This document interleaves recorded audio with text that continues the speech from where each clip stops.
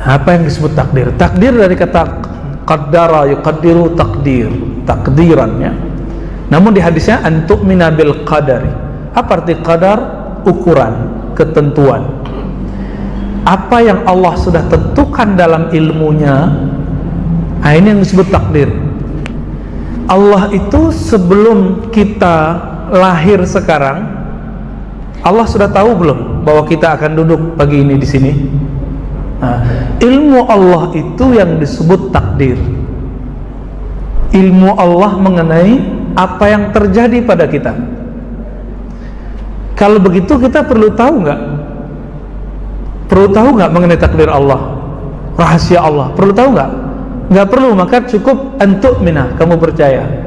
Jadi percaya itu beda dengan tahu.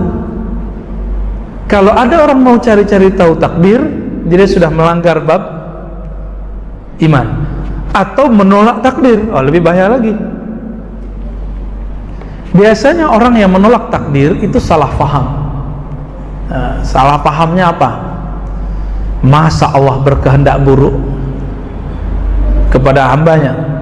Nah, kelompok yang mengatakan tidak ada takdir itu bernama Qadariyah. Apa namanya? Beda dengan Qadiriyah. Kalau Qadiriyah tarekat Sufi. Qadiriyah pengikut Imam Abdul Qadir Al-Jilani. Kalau Qadariyah penolak qadar, penolak takdir. Sudah bisa paham di situ? Ya. Jadi jangan disebut tarekat Qadariyah, keliru ya. Karena yang ada tarekat Qadiriyah. Adapun dalam bab akidah disebut dengan Qadariyah. Apa kata Yahya ibn Ya'mar dalam hadis tadi yang pertama? Awwalu man takallama fil qadar.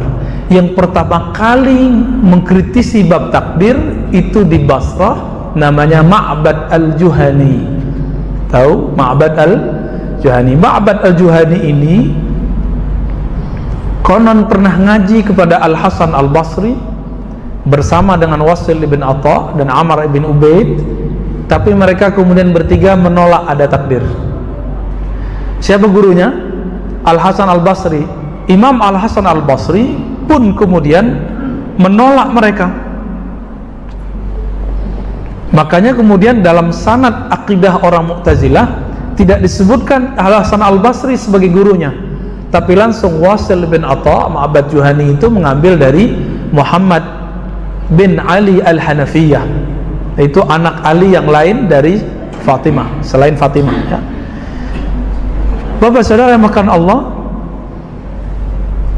Lalu kalau takdir itu ilmu Allah, kenapa kemudian orang banyak bahas? Kenapa orang pengen bahas? Itulah masalahnya. Karena emang kita penasaran apa yang mau kejadian besok hari. Penasaran nanti jodohnya siapa, nasibnya bagaimana, semuanya kita penasaran. Lalu untuk apa takdir itu cukup diimani? Nah, sebelum diimani dulu, kita coba lihat sebenarnya apakah orang-orang Mu'tazilah tadi, Qadariyah tadi tepat memahami mengenai takdir. Apa takdir bagi mereka? Takdir itu ketika sang hamba itu dianggap total, jadi fatalis. Saya ini tidak bisa apa-apa kecuali Allah yang buat.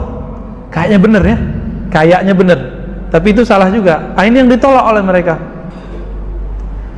Nah, kelompok yang mengatakan ini disebut Jabariyah. Apa namanya? Jabariyah itu kelompok pengikut Jahm bin Safwan. Jahm bin Safwan ini mengatakan al-insan majburun. Manusia itu tidak bisa ngapa-ngapain kecuali dipaksa oleh Allah. Maka kalau ada orang maksiat, itu dia maksiat karena Allah yang menggerakkan dia. Kalau ada orang minum khamar, wah itu kehendak Allah, gitu. Jadi dia menyalahkan Allah. Kejadian itu membuat Ma'bad al-Juhani membantah. Maka muncullah akidah Ahlus Sunnah, mau meluruskannya. Belum lagi ada orang putus asa di luar sana. Apa kata mereka? Saya kok hidup sial terus, susah terus, ya. buruk terus. Nah, orang-orang ini kebalikan dengan orang yang sukses mulu. Apa kata si sukses seperti Qarun? Ini usahaku. Nah, Qarun itu kalau boleh disebut orang yang menolak takdir pertama kali yang disebutkan di Quran. Kenapa? Ketika dia sukses berhasil, dia mengatakan ini bukan anugerah Allah, ini susah payahku. Nah, ini bedanya ya. Maka dibantah oleh sahabat-sahabat Nabi. Nah, dalam hal ini saya mau kasih contoh Bapak Ibu. Takdir itu sebenarnya baik buruk atau baik buruk itu persepsi kita. Ini contoh. Kalau saya punya toko, Bapak Ibu punya toko, kita samping-sampingan. Ketika toko Bapak Ibu laku, itu bagi saya baik atau buruk? Tergantung persepsi, Pak. Toko saya sepi, toko Bapak Ibu ramai. Itu takdirnya baik apa buruk? Takdir siapa yang lagi baik? Takdir Bapak ya? Takdir saya lagi kurang baik. Itu menurut kalau itu yang dimaksud takdir baik buruk, itu salah faham. Ya, itu salah faham. Berarti kata baik buruk itu bukan menurut Allah, tapi menurut makhluk. Contoh pertama. Contoh kedua, biar gampang Pak, biar tenang hidupnya, biar gak buruk sangka kepada Allah. Ada yang dokter gak? Atau orang kedokteran? Kalau saya sakit, itu buruk bagi saya, benar gak? Baik bagi siapa? Dokter. Bagi orang yang kerja di rumah sakit, bagi perawat, bagi yang jual obat, bagi yang ngantar kita ke rumah sakit, benar gak? Tapi bagi keluarga yang sakit, itu dianggap musibah. Baik menurut dokter atau pekerja kedokteran, tapi buruk menurut. Oke, berarti masalah baik buruk di mana? Persepsi, ya. Persepsi, Pak. Saya berjodoh dengan gadis cantik. Teman saya senang sama gadis itu, makan hati dia. Maka itu takdir baik bagi saya, takdir buruk bagi dia. Kalau itu yang disebut takdir baik buruk, terlalu naif kita ya. Sedangkan Ibnu Umar mengatakan kamu mempercayai takdir baik atau buruk. Kalau saya lagi sakit, tadi gimana? Itu buruk bagi saya, baik bagi dokter. Tapi apakah semua sakit itu buruk? Enggak juga, ya. Banyak sakit itu baik, Pak. Maka Nabi memberikan sebuah penjelasan, minimal ada 2 hadis. Apa kata Nabi? Ya ajaban li amril mu'min. Sungguh ajib, sungguh luar biasa, menariknya, uniknya nasibnya orang beriman, keadaannya orang beriman. Kenapa? Ini pada beriman kan semua? Ya, beriman kan nih? Ya. Jawab yang kenceng dong. Beriman kan nih? Oke, kayaknya lemes nih, belum makan nih ya. Belum juga musim Ramadan. Nabi mengatakan kalau mukmin in asabahul khair syakar. Apa yang menarik dari kalimat ini? Ternyata musibah itu dalam bahasa Indonesia kan musibah buruk semua. Tapi dalam hadis, dalam Al-Quran, musibah itu ada baik dan buruk.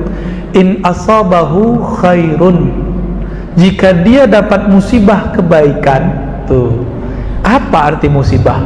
Musibah bahasa Arab sesuatu yang mengenai kita atau sesuatu yang kita alami, itu disebut dengan musibah. Jadi nggak mesti buruk. Dalam bahasa Arab kata musibah tidak mesti buruk, tapi dalam bahasa Arab belakangan baru disebut buruk, masaib, musibah. Tapi dalam mustalah Quran, musibah belum tentu buruk. Dalam mustalah hadis, dalam istilah-istilah kenabian, bisa jadi musibah itu baik.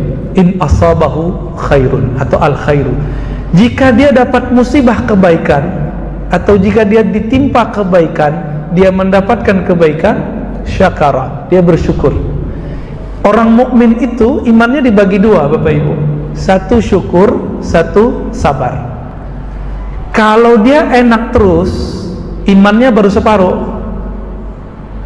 maka perlu ada penyempurnaan iman. Bagaimana caranya? Allah kasihlah musibah keburukan, maka dikasih in asabahu syarr, jika dia mengalami keburukan, sakit, rugi, ya, makan hati, ya, bener ya, Bang Danu, makan hati nggak? Ketika itu terjadi, ngambek, ya, sedih, gagal, apapun itu yang menurut kita tidak nyaman, disebut syarrun, musibah, keburukan. Sabarah, maka dia bersabar. Pilih mana? Senang bersyukur atau susah sabar? Rata-rata kita pilih senang bersyukur, ya. Berarti belum siap imannya sempurna. Ya, kalau mau siap imannya sempurna, Bapak, Ibu, Saudara, ikhwan akhwat fillah, setiap hari kita akan mengalami baik dan buruk. Setiap hari. Maka tidak ada jalannya kecuali dua. Jika baik, syukur. Jika tidak baik, sabar. Baru sempurna imannya. Mengenai sabar itu, tidak mesti sabar itu kita mengalami keburukan. Tapi sebelum keburukan kita alami, maka Allah ajarkan kita untuk hidup susah. Maka nanti beberapa hari ke depan kita akan puasa. Untuk merasakan kemiskinan nggak perlu jadi miskin, cukup puasa. Maka kita bersyukur di malam harinya, bersabar di siang harinya. Nah, kembali ke kata sabar tadi, kata qadar tadi, ya. Nabi SAW mengajarkan takdir itu sederhana aja, ilmu Allah udah selesai. Nah, apa di hadis lain? Seandainya, ya, lau ijtama'a qaumun, seandainya sekelompok orang berkumpul, ala ayyan fa'uka, ya, ingin memberi manfaat kepadamu sesedikit pun, sesuatu pun, secuil pun, syai'an, ya, maka mereka tidak akan sanggup, layyan fa'uka, mereka tidak akan sanggup memberi manfaat bagimu, illa ma kataballahu lah, maka disebutlah takdir buruk dan takdir baik. Tapi di sisi Allah semuanya baik. Nah, ya, kembali ke yang tadi, kalau ada orang sakit, itu buruk bagi siapa yang sakit, tapi bagi dokter, jadi takdir itu turun brek satu, itu baik semua. Coba kalau nggak ada orang sakit, Pak, fakultas kedokteran itu jadi fakultas sial, ya, fakultas kutukan. Tapi hari ini kan semua kita pengen anaknya mungkin 1, 2, atau yang sudah punya anak nggak kedokteran pengen menantu dokter, ya kan? Kenapa? Karena kesannya orang yang bekerja di kedokteran atau dokter punya fulus banyak, kan begitu. Jadi kita ini mengukur kebaikan itu udah keliru. Bagi kita baik itu duitnya banyak, sehat-sehat terus, gitu ya. Nah, coba kita lihat Nabi SAW ketika mengatakan, jika orang mukmin itu ditimpa keburukan, dia bersabar. Wasabru khairul lahu, sabar itu baik bagi dia. Artinya musibah itu sebenarnya tetap baik bagi orang yang dapat musibah.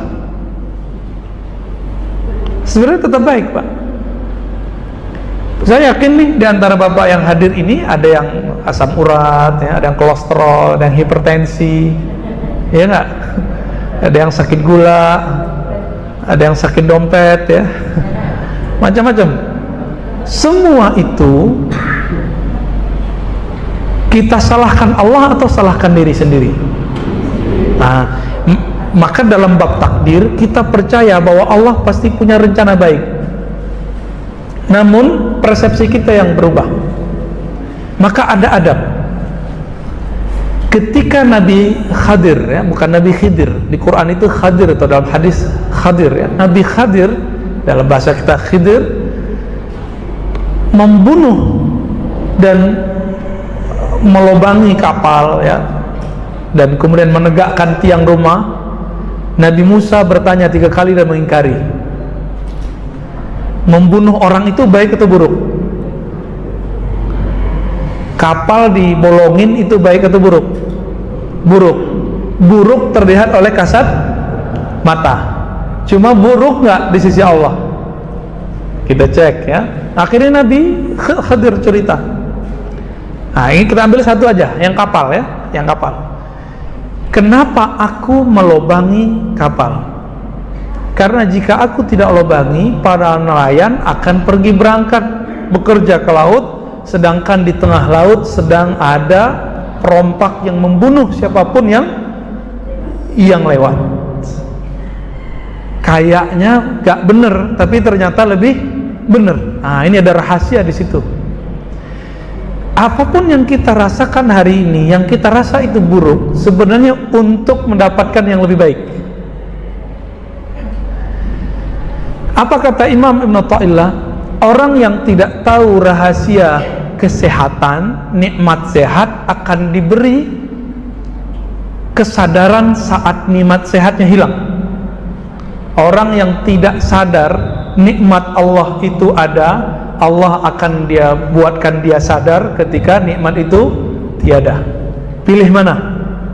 Sadar saat nikmat itu ada atau sadar saat itu tiada? Coba contohnya ya. Anak-anak muda nih yang alay-alay milenial ini kan kalau pakai motor nggak pakai helm, nggak pakai helm, nggak pakai jaket, malam-malam ngebut, diingetin sama bapak ibunya, nganggapnya apa? Nggak keren gitu ya. Anak gaul, tiba-tiba tabrakan, kepalanya kebentur, berdarah, ada retak. Nyesel nggak dia? Nyesel, ya. Jadi kadang-kadang hal-hal yang kita nggak senangi itu justru kadang baik. Maka di Quran kalimatnya umum, walaupun itu tentang ayat perang. Allah mengatakan, asa an tuhibbu syai'an, barangkali siapa tahu kamu senang sesuatu, wa huwa syarrul lakum, tapi itu buruk bagimu. Makan jeroan, apa namanya itu Pak? Gajeboh ya. Enak nggak? Enak ya, maklum orang Sumatera. Enak, nikmat. Tapi kalau tiap hari makan, ya belum 30 tahun udah stroke gitu ya.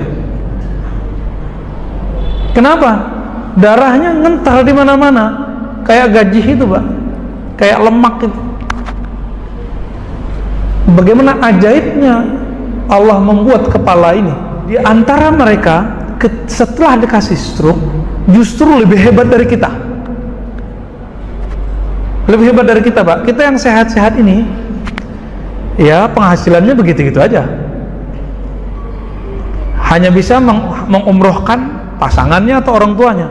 Ini sahabat kita ini setelah Allah kasih dia musibah stroke, Allah kasih dia harta yang melimpah ruah, akhirnya setiap tahun mengumrohkan 40 orang. Itu stroke itu baik bagi dia atau buruk? Jadi baik Pak bagi dia ya. Kita yang sehat-sehat begini kalah sama dia. Maka saya berpikir tidak semua yang kita lihat buruk dengan mata ini itu buruk di sisi Allah atau menurut orang lain. Jadi dia sendiri cerita, saya itu heran Ustaz ya, semenjak walaupun keadaan begini Allah buka yang lain. Punya santri anak duafa 400-an Pak. Siapa yang sanggup? Kayaknya punya anak santunan satu aja kayaknya mikir ya. Ini 400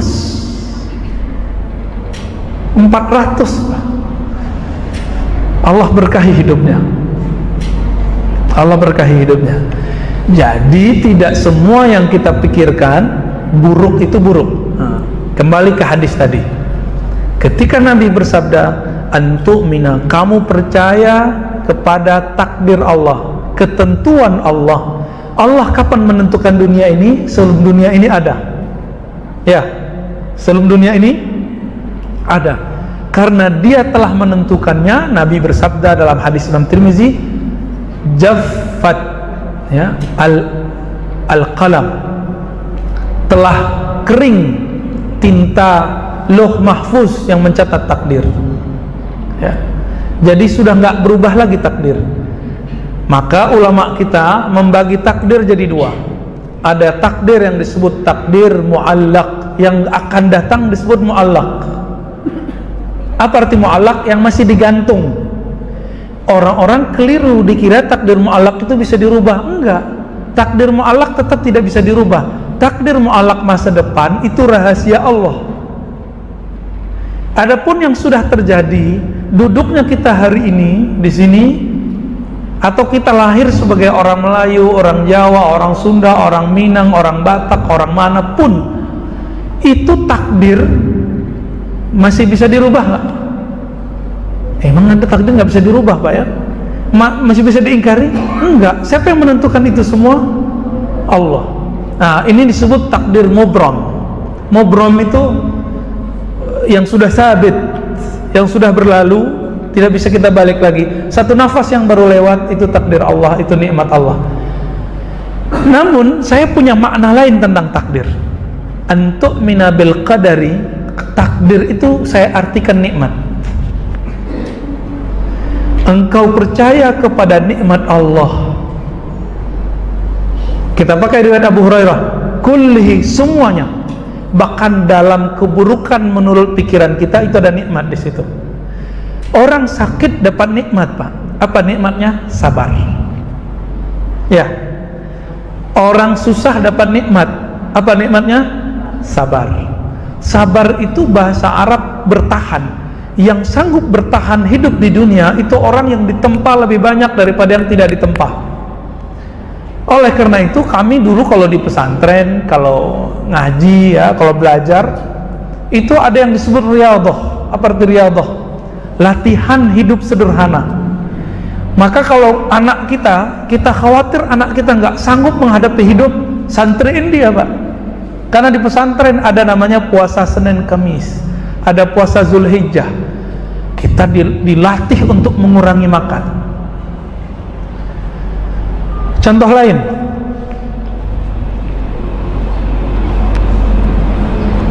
tidur di saat kita ngantuk itu nikmat nggak? Iya, benar nih. Tidur itu nikmat nggak? Yang tidur malam tadi nikmat nggak, Pak? Oke, ini kayaknya nggak sadar kalau tidurnya nikmat ya. Kalau ada orang nggak bisa tidur, kita sebut penyakitnya apa? Insomnia. Menurut yang sakit, dia lebih dapat keburukan.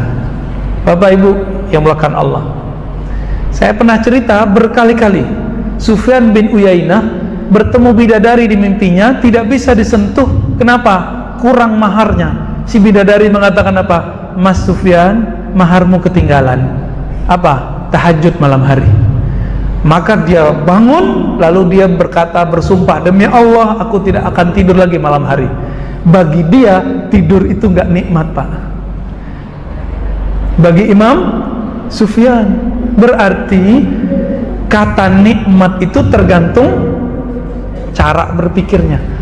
Jam 3, jam 4 kita duduk bangun zikrullah lebih nikmat atau tidur? Yang mana yang lebih nikmat? Tergantung zikirnya udah terlatih atau belum. Udah terlatih belum zikirnya? Insya Allah berarti belum yakin, Bu. Kita tidak menikmati zikir karena tidak tahu cara menikmatinya. Nabi bersabda, afdalu dzikri la ilaha illallah. Zikir yang paling nikmat, gitu terjemahan bebasnya, adalah la ilaha illallah. Kenapa waktu zikir tadi ada yang kabur? Karena dia nggak menikmati zikir. Apalagi sudah kena virus zikir kenceng-kenceng pada sholat bid'ah, itu dah nggak bisa menikmati, Pak. Kita lewat nih, ada rumah makan. Rumah makannya enak aslinya, tapi teman kita bilang, Ustaz, jangan di situ. Kenapa? Itu rumah makannya nggak enak. Nggak enak. Kenapa? Orangnya nggak beres, nggak bersih. Akhirnya kita kalau coba ke sana, pikiran kita nggak nyaman. Ada lalat satu, kita bilang, wah bener nih, kotor nih. Padahal di rumah makan yang lebih bagus, lalatnya tetap banyak. Cuma karena merasa tidak ada kata-kata jorok sebelum ke sana, nggak ada asumsi buruk. Nah ini orang tidak menikmati zikrullah, kadang-kadang dapat virus bid'ah. La ilaha illallah, wah mikir dia, ini ngapain Allah kok diteriak-teriakin gitu ya. Nah ini karena tidak faham. Nikmat bagi orang yang faham, tapi tidak nikmat bagi orang yang tidak faham. Maka kenikmatan dalam memahami takdir itu tergantung ngajinya ke orang yang tepat. Ya, belajarnya kemana? Nabi itu mengajarkan untuk menikmati semua takdir. Apa kata beliau? Jika dapat baik, syukur bagus baginya, baik baginya. Jika dapat keburukan, sabar baik baginya. Baik itu nikmat. Baik itu nikmat. Jadi mulai pagi ini silakan nikmati takdirnya ya. Menikmati takdir beda dengan menunggu takdir. Rezeki contohnya. Rezeki itu kata Ali bin Abi Thalib radhiyallahu taala anhu, kadang kamu yang mengejarnya, kadang dia yang mengejarmu. Setiap hari Pak begitu. Sebagai contoh, kita punya toko. Di toko kita cuma nunggu. Benar nggak? Nanti siapa yang datang?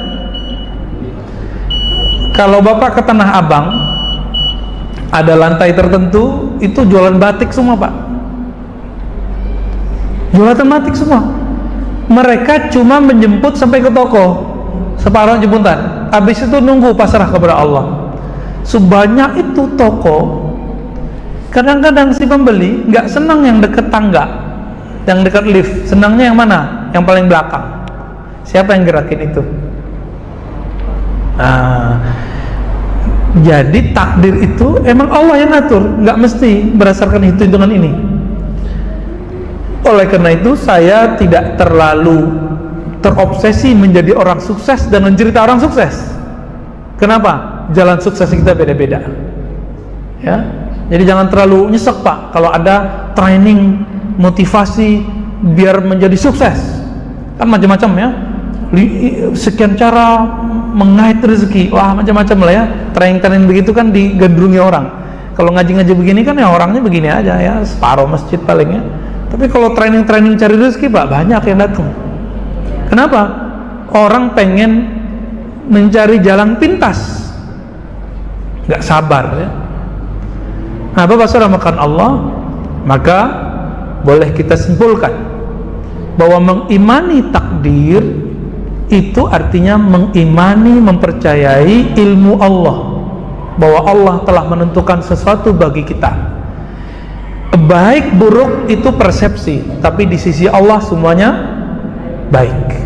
Jika kita beriman, maka tidak ada kata buruk, semuanya jadi baik ya. Itu akidah Ahlussunnah yang kita yakini dari dulu sampai hari ini. Begitulah Rasulullah, begitulah para sahabat.